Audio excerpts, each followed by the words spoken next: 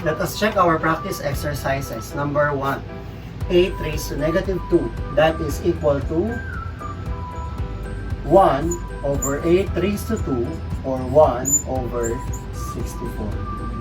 Number 2, 6 raised to 0 is equal to 1. 15a raised to 0. Since a is the only one which is raised to 0, therefore 15 times 1 is equal to simply 15. Number 4, 1/3 over 1/3 raised to 0 is equal to 1. Number 5, that is 100 raised to 0 plus 200 raised to 0 plus 300 raised to 0 is the same as 100 raised to 0 is 1 plus 200 raised to 0 is 1 plus 300 raised to 0 is 1. It is equal to 3. 22 raised to negative 1 is just simply 1 over 22. Number 4, 4 raised to negative 3.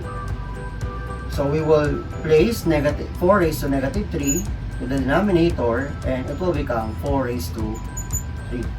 Simplifying, you will have 1 over 3, 4 raised to 3 is 64. Next, 2/3 raised to negative 2.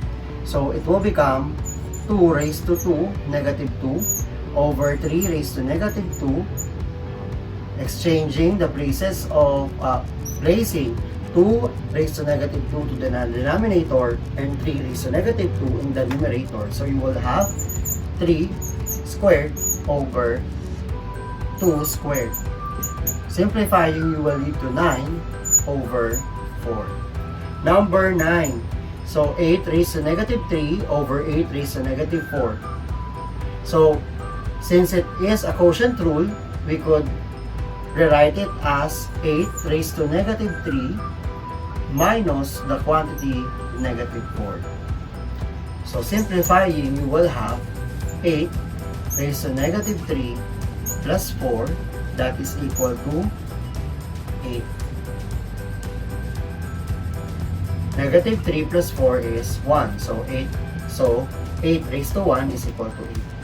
16 times the quantity times 4 raised to negative 2 is equal to 16 all over 4 raised to 2. So 16 over 4 raised to 2 is 16. So you will be having 16 over 16 is 1. Number 11. So the whole quantity, negative 4b raised to negative 2, was raised to 0. Therefore, we could simply write it, therefore, it is equal to 1. Number 12, 5 raised to 4 all over 5 raised to 4 is the same as 5 raised to 4 minus 4. Therefore, our answer will be 5 raised to 0 or equal to 1. X raised to negative 8 times the quantity x raised to 5 is equal to x raised to negative 8 plus 5. It will lead to x raised to negative 3. So, to avoid negative exponent, we will place x raised to negative 3 in the denominator and it will become 1 over x raised to 3. Number 14. We will have negative 8 h raised to negative 2 plus negative 4. So, it will lead to negative 8 h raised to negative 6. And to have a positive exponent for h raised to negative 6, you will place h raised to negative 6 in the denominator. So, you will have negative 8 all over h raised to 6. Number 15.